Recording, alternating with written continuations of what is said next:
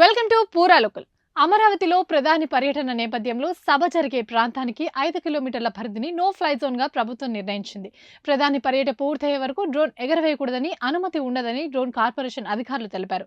గన్నవరం విమానాశ్రయం చుట్టుపక్కల ఇవే నిబంధనలు అమలవుతాయని స్పష్టం చేశారు. పహల్గాంలో ఉగ్రదాడి నేపథ్యంలో ప్రధాని పర్యటనకు భారీ భద్రతా ఏర్పాట్లు చేస్తున్నారు. తిరువనంతపురం నుంచి ప్రత్యేక విమానంలో మోదీ గన్నవరం ఎయిర్పోర్ట్లో చేరుకుంటారు. అక్కడి నుండి ప్రధాని హెలికాప్టర్లో అమరావతికి చేరుకుంటారు. ఇప్పటికే 4 హెలికాప్టర్లు విమానాశ్రయానికి చేరుకున్నాయి. వాతావరణం అనుకూలించకపోతే రోడ్డు మార్గాన వెళ్లేలా 2 మార్గాలను ఎంపిక చేశారు అధికారులు. రోడ్ షో ఉంటే ఆ ప్రాంతం కూడా నో ఫ్లై జోన్ పరిధిలోకే వస్తుందని తెలిపారు.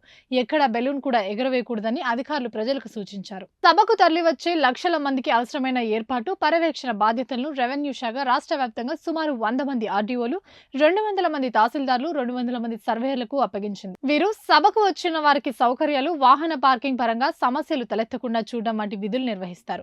సభాస్థలి వద్ద ముందు జాగ్రత్తగా అత్యవసరమైన వైద్యానికి వీలుగా 30 వైద్య బృందాలను ఏర్పాటు చేస్తున్నట్లు వైద్య ఆరోగ్య శాఖ తెలిపింది.